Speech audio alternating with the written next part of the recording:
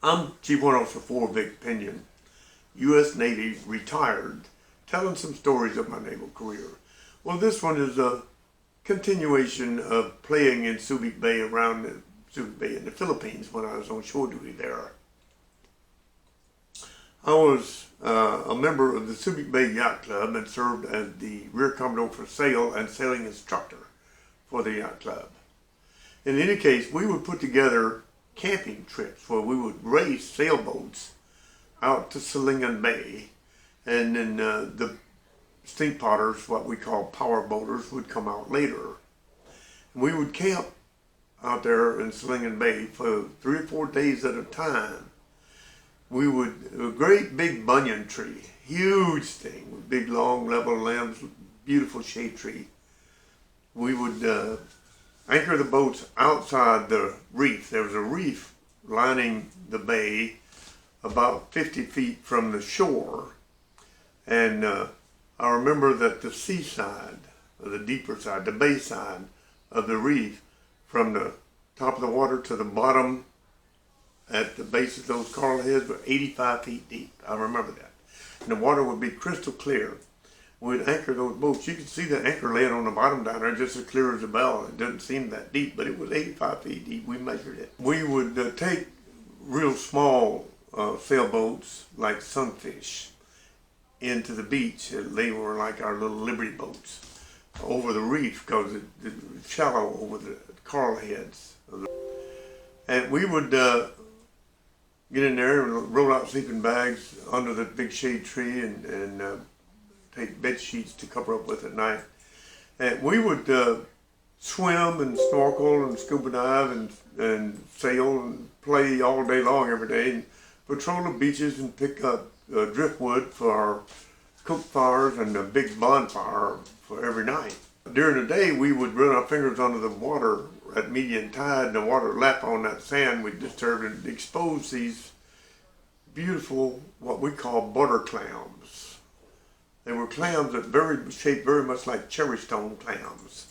They had a little yellow in the shells.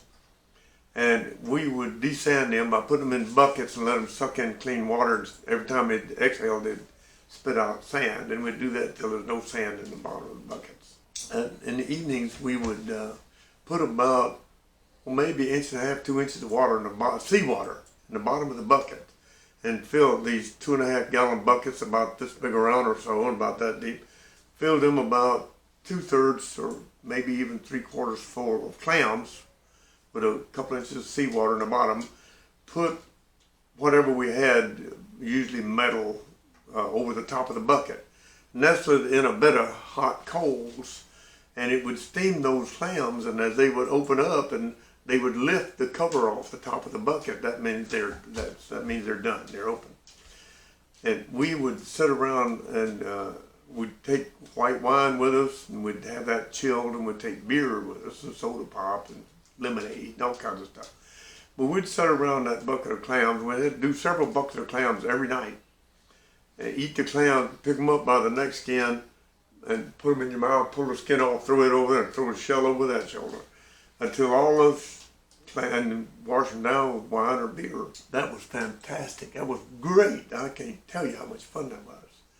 But we would go scuba diving. A friend of mine, the high school principal of the DOD school, and I went diving one morning, and we found these 2 old clay cook pots on the bottom, at the bottom of a big coral chimney we swam down through. It had a lot of coral fish, beautiful tropical fish in there. Just opened up and let us swim down through it. And we brought them up and we took them home, which we later chipped all that old coral off of them. And they were just cook pots like the old-fashioned sailing ships used to build a fire in to cook their meals over. And we kept those. We just had such fun. And we would sleep on those sleeping bags under that big banyan tree at night. And one morning, my wife Lynette and I got up at about sunrise, and way down the beach we saw smoke rising. we walked down there. We lived in swimsuits the whole time we were out there. Her and I walked down there to see what that smoke was, and it was some Filipino fishermen with a big pot. They were boiling the meat off the jaws of some big sharks that they had caught the night before. Well, they told us, well, we take these in and sell them to the tourists, and they boil the meat off the bones, and then you just got the bare shark jaws. And best night of shark fishing we ever had out there last night. Well, the night previously, well after dark until about midnight, there'd been a whole bunch of us playing in the water, splashing, making all kinds of stuff. I mean, we had a great time playing in the water, but we didn't after that.